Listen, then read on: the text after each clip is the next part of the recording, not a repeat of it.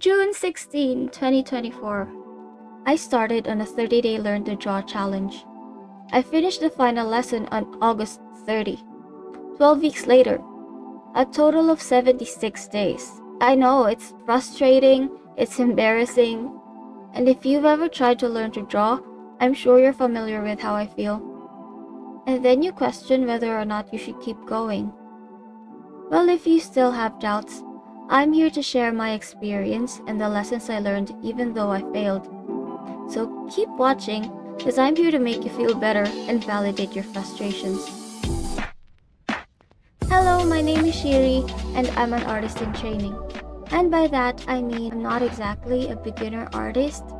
I've been drawing since I was a child because I fell in love with anime as a child.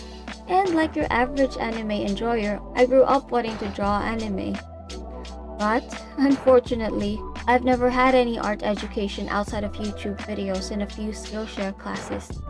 So I have made the bold decision to learn to draw from the very beginning. With this video, Learn to Draw in 30 Days by Mr. Marc Brunet, one of my favorite YouTube art teachers. Maybe you already know him. These exercises will train you over the next 30 days to think like an artist. It should unlock how you see things and how you approach drawing anything. And I'd argue it's not only for complete beginners. If you have some experience drawing, I'm sure some of this will be pretty tricky for you as well. It's my experience that everybody skips on fundamentals, the most important stuff, and we're gonna fix that. This video seemed like the perfect way to kick off my training arc and build momentum. The goal of the challenge was simple. We had to finish a different drawing exercise every day for 30 days. It's a great way to start because all the lessons are easily digestible and they build on top of each other. We started with basic shapes like spheres, cylinders, cubes, and then some other volumes, a combination of those volumes, some perspective, until we can draw a hand and a skull at the end. Simple, right? And most of them can be done in a few minutes, especially at the beginning. Well, if it's so simple, why did I fail? I actually started out pretty okay. My longest streak was 15 days straight. And the first time I missed an exercise was fine because I knew missing a day wasn't going to ruin my progress. If anything, taking breaks would probably make me absorb the lessons better. But then I drew the 20th exercise on July 19, and that's when I realized I was way behind schedule. I should have been done by then. And somehow it got even worse. That is a 20-day gap between lesson 23 and lesson 24. Lesson 24 was the first lesson using two-point perspective. And like I said, I'm not a beginner artist. I've had some experience with attempting perspective drawings before, and they were not good. Perspective isn't my thing. This is hard. I don't like this. Also, where does this go? How do I know which point? Here? Here? Oh my gosh. I guess I was really scared of perspective. But it is what it is. By this time, naturally, I've lost some motivation and drive, and I had to ask myself, do I start over or keep going? But then, So I think this goes here, and then if I do this, it connects right here. Bruh, I am a genius. I did it. And I realized, of course I wouldn't have a good experience with perspective. I didn't understand how it worked because I didn't have the foundations for it. That was the first lesson I learned. I shouldn't stop just because I was afraid. The whole point of taking on this challenge was to learn to draw from the beginning. I should approach each one as if I've never done them before.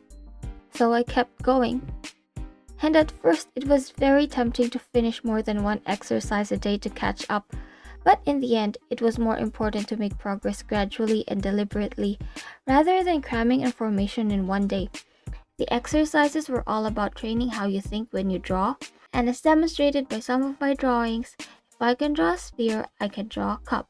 If I can draw a box, I can draw it in perspective, and so on. You don't forget what you learn just because you skipped a day, or 30, because as much as you train your hand, you also train your brain. Another lesson was to focus on my wins and not my failures. It's important to focus on the things that I learned and improved on rather than my failure to follow a schedule. I actually learned perspective. Also, by the end, I noticed my lines got better because when the exercises became harder, the more I wanted them to look more presentable, so I wanted to give them a sort of semi-finished look, which made me a little bit more confident. Before we continue, if at any point you felt like I was going to give some advice on how not to fail at art challenges again, I am so sorry to disappoint, but that is a time management and productivity sort of thing, and well, clearly it is not my strong suit. More than building momentum and consistency, I went into this 30-day challenge to prove to myself that I can commit to something because I struggle a lot with commitment. But I finished every exercise, just not within the expected time frame, but I finished them. That's a win, which leads me to another lesson learned. We gotta learn at our own pace. I know I'm making a big deal out of missing a deadline that has no actual consequence, for taking longer than I should have, but some people, like me, need to be reminded that becoming a good artist is not a race. We learn when we're supposed to learn. We understand things, maybe slightly slower than others. Some people will breeze through this challenge, some of us will struggle one way or another. But that's okay. As long as we learned something, can we really say that we failed? I don't think it's a complete waste of time. And final lesson, have fun. At the time that I was falling behind, I began to draw some anime characters alongside the exercises to keep myself interested and motivated. I also did some extra exercises in between lessons just to keep things fresh. And on the final day, I kinda went the extra mile and watched a different video on how to draw a skull. Skulls can be broken down into multiple anatomical parts. So a lot of people are like, oh, it's a skull. The skull is like the umbrella term, right? It's kind of like going like, oh, there's the body, but there's different parts of the body. There's your arms, there's your legs, that kind of thing, right? Skulls can be broken down as well. I think my skull turned out pretty good. We're making art. It's not meant to be stressful. So by all means, keep failing. Because, as the wise men probably say, it's the only way we learn our lessons. I hope all of that made sense. I'm very new to this video making thing and I'm open to suggestions, helpful criticisms. And if you have stories to share about your own art challenges, I'd love to read about them in the comments. This is just a prologue to my training arc. In the next 12 months, I am going to attempt this 1-year drawing plan, also by Mr. Marc Brunet, and I'm inviting you all to join me. Let's learn to draw together!